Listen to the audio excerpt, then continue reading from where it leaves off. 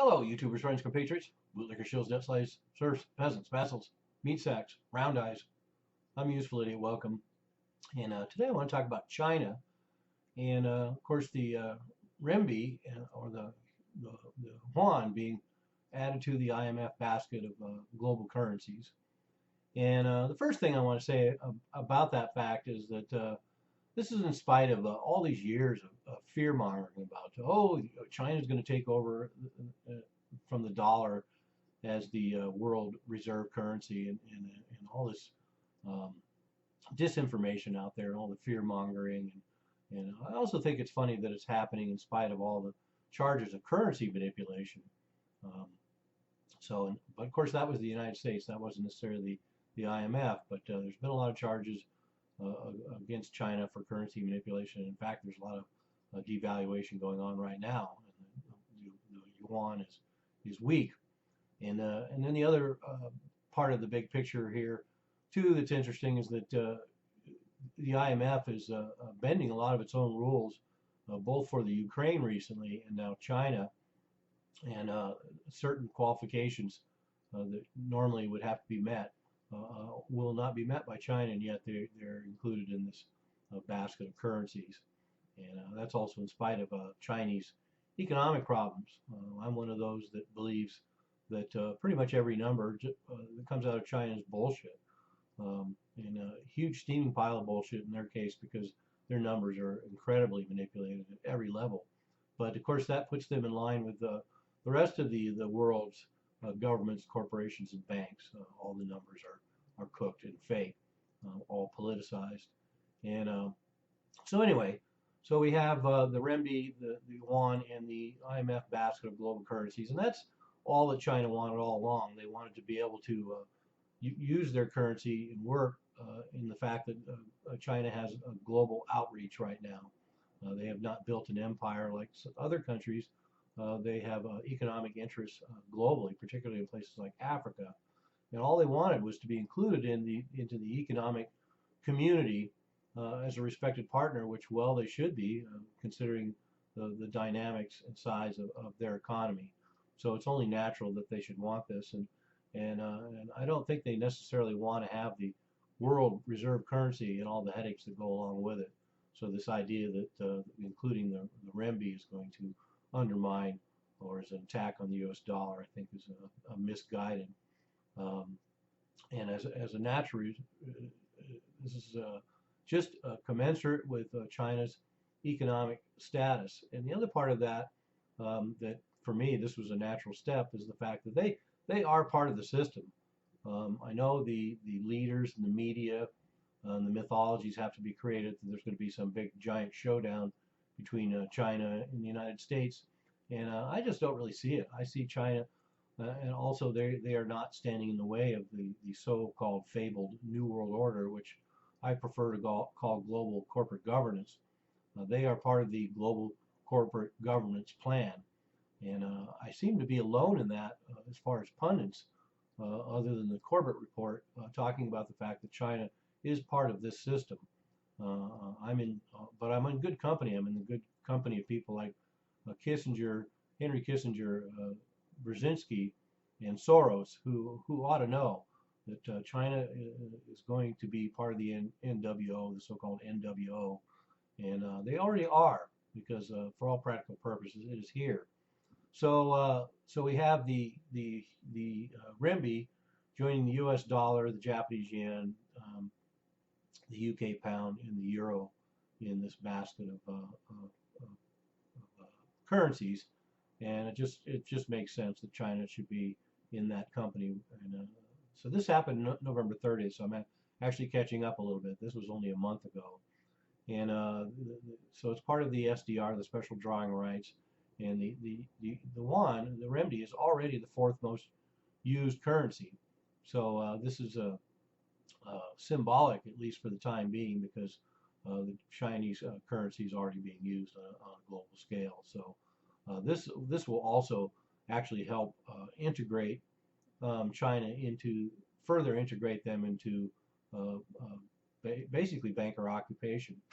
This isn't necessarily opening the doors for China as much as China's doors are being opened up for outside players, foreign interests, and the bankers and corporations. And it's kind of funny because the IMF is using this legitimacy, saying that quote their recognition of China's progress in economic reform, unquote. And so they hail economic reform when it's economic reform that opens up China's markets and opens up China's economic system more and more to foreign interests, because in a lot of ways they haven't made a lot of economic reform, and but they also need to offset the damage to the euro. So having the renminbi in there helps offset a lot of damage that's happening to the euro, not necessarily to the dollar.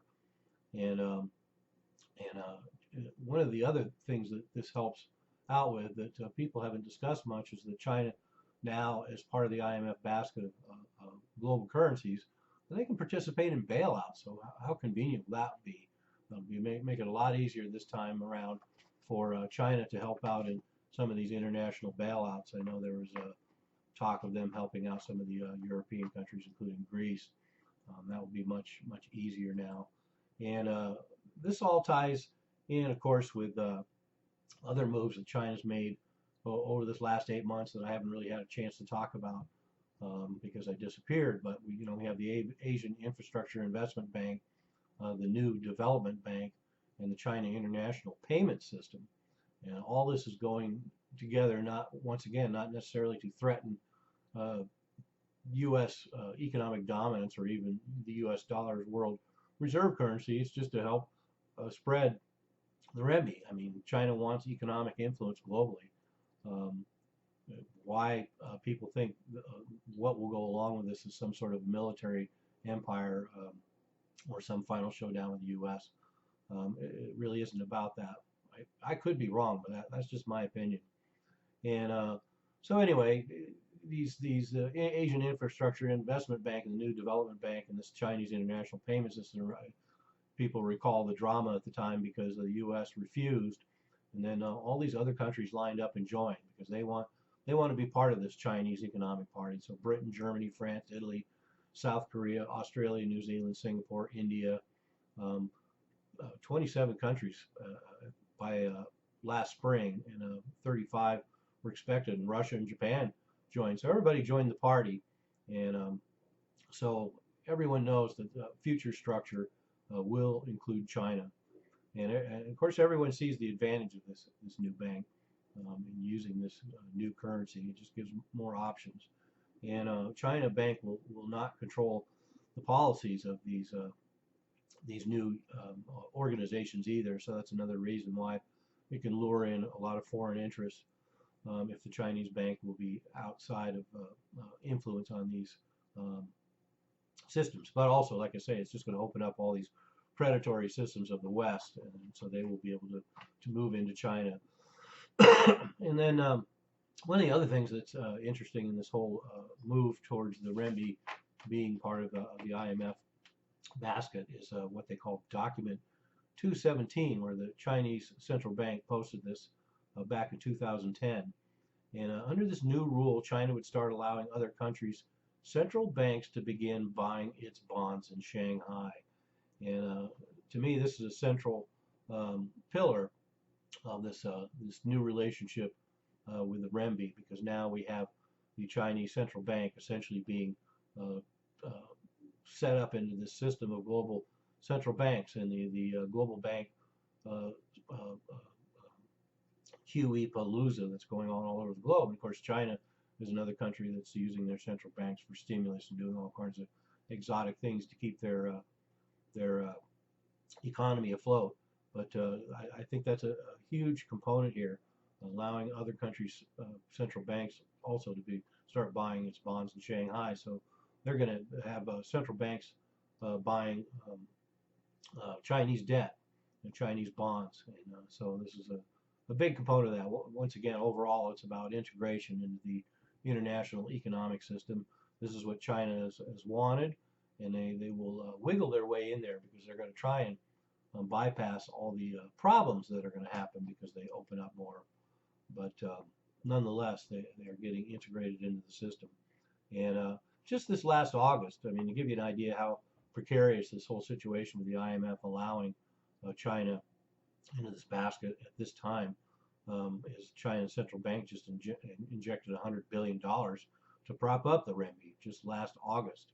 So to say that the currency is strong right now, of course, all the indicators since then have shown that the renminbi is quite weak, but interesting timing on that as well. Of course, just the fact that it is in the basket initially is probably going to cause some weakness. And then the bottom line, of course, with China is the gold reserves, and everybody talking about that. And the numbers just don't add up. So people are saying that at some point China will surprise with a huge stockpile of unannounced gold. And people are analyzing that based on how much they produce, because everything they produce is not reaching outside of China. And their stocks do continue to build up in public announcements, but not compared to how much gold they're producing, and also how much they've bought on the market. So that'll be an interesting move. More interesting to me than the renminbi becoming part of the IMF International Basket of Currencies will be any announcement by China that they have much larger gold stockpiles, and if they make a move to back their currency with gold, that will definitely be a lot more interesting development overall. So we'll watch for that. So there we have it. The renminbi is now part of the IMF basket of currencies, and pretty anticlimactic. But it'll be interesting to see it play out now that we have signs of a potential economic collapse in progress. It will be interesting to see how the renminbi being part of the IMF basket plays into that. Like I say, now that we know that the Chinese will be able to help in bailouts, this could be a really interesting situation.